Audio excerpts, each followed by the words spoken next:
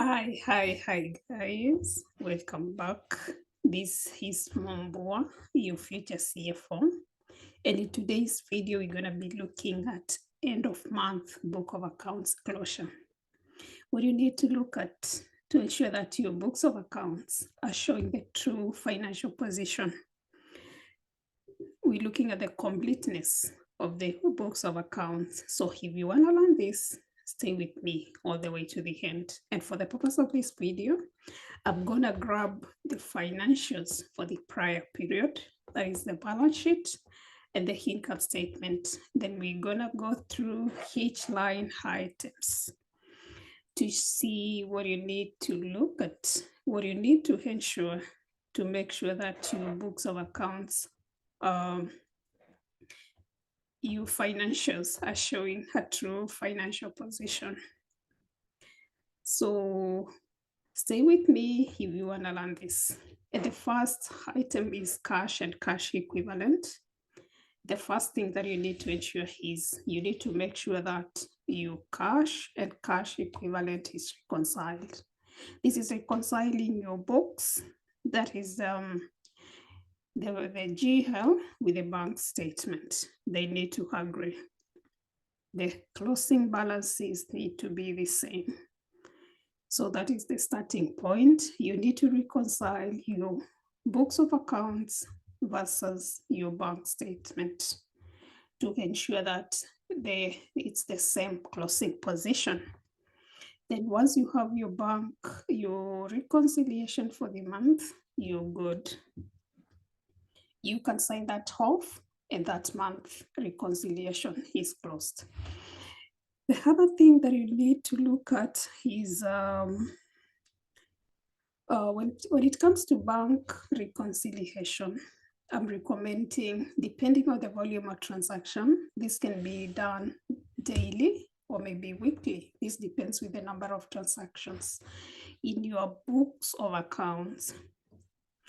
But if you treat your everyday like the end of the month, at the end of the month, you have very few transactions to reconcile. Marketable securities, you need to reconcile your marketable securities.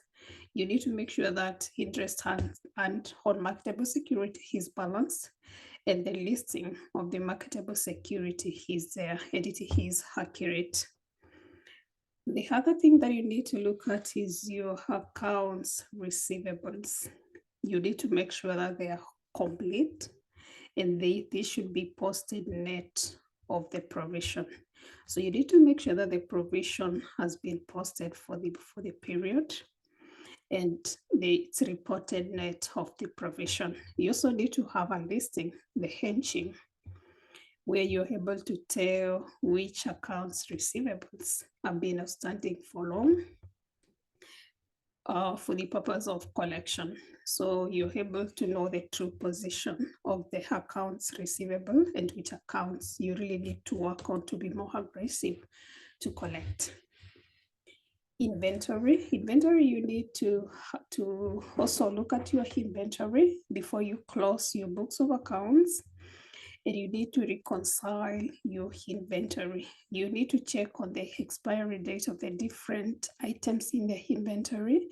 You need to check on obsolete goods, expired goods to make sure that your inventory is accurate.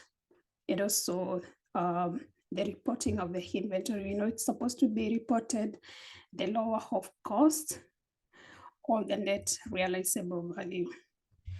Prepaid expense, these high expenses that we paid in advance.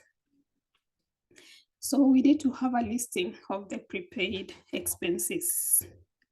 We paid for an expense, but we've not received the service yet. Let's say, for example, we've paid for rent in advance.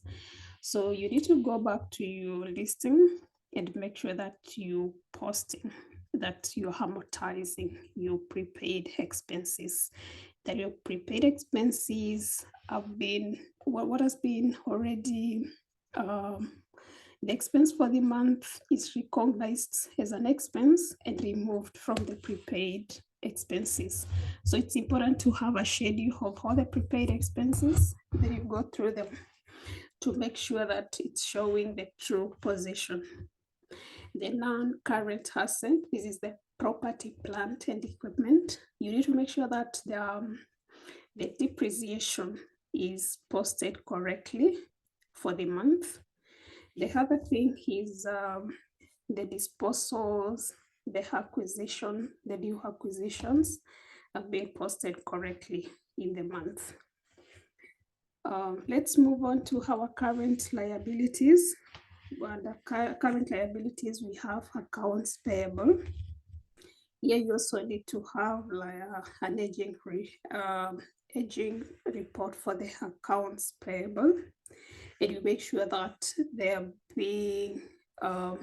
payments are being done according to the policy of the organization. Because if you're delaying payments for the current liabilities, it's gonna affect your credit worthiness as an organization. Another thing that you need to look at is the accruals. Have a listing of all the accruals for the month and make sure that it's reflecting the actual position of the organization. Another thing that you need to look at the share capital. When I talk about share capital, did we issue new shares in the month? If we issued new shares in the month, you need to make sure that they are captured correctly. Retained earnings, it's showing the actual position. Did we pay dividends? Have they been posted correctly in the month? So those are the things that you need to look at in the balance sheet. Another thing, when it comes to non-current liabilities, the long-term debt, you need to have a schedule. Make sure that the repayments are being posted accurately. The interest is also posted accurately. So basically, you're just checking each line item to make sure the transactions appearing under each line items are being captured correctly. When we go to the income statement, the income, you need to make sure all the items of income have been posted correctly. The different income items, you need to make sure that they are posted. Let's say, for example, if it's a bank, the interest incomes, the fees have been captured correctly. So you need to make sure that everything is captured and it's showing the actual and true position. When it comes to expenses, you need to make sure all the expenses have been captured correctly. Just by going, looking at each line item, if it's payroll, all the payroll expenses have been posted. If it's selling expenses, they've been posted correctly. General and admin expenses have been posted correctly. So you need to go through each line item, checking if you posted the expenses correctly. And we know that we're using the accrual basis of accounting. So you need to make sure that you record expenses when they are incurred, not when cash is paid. So that is very important. So if there are expenses that you've incurred but not yet paid, you need to accrue them in the financials. The other thing is the other revenues and gains. You need to make sure that these are captured correctly. For example, if you have foreign currency revaluation, it is posted correctly in the month. If there are disposals with gains or losses, they are posted correctly. Interest expense on long-term debt, we need to make sure that it is captured correctly. So the other thing, after you're done with now the analysis of each line item, you need to do a vertical analysis where you're comparing your income, for example, your sales for different months to get a trend, to see if there's a trend in the sales figures.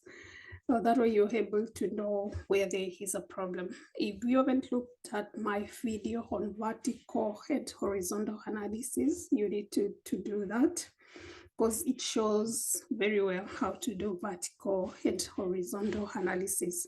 So you need to do vertical and horizontal analysis for the different line items to be able to know where there is a problem.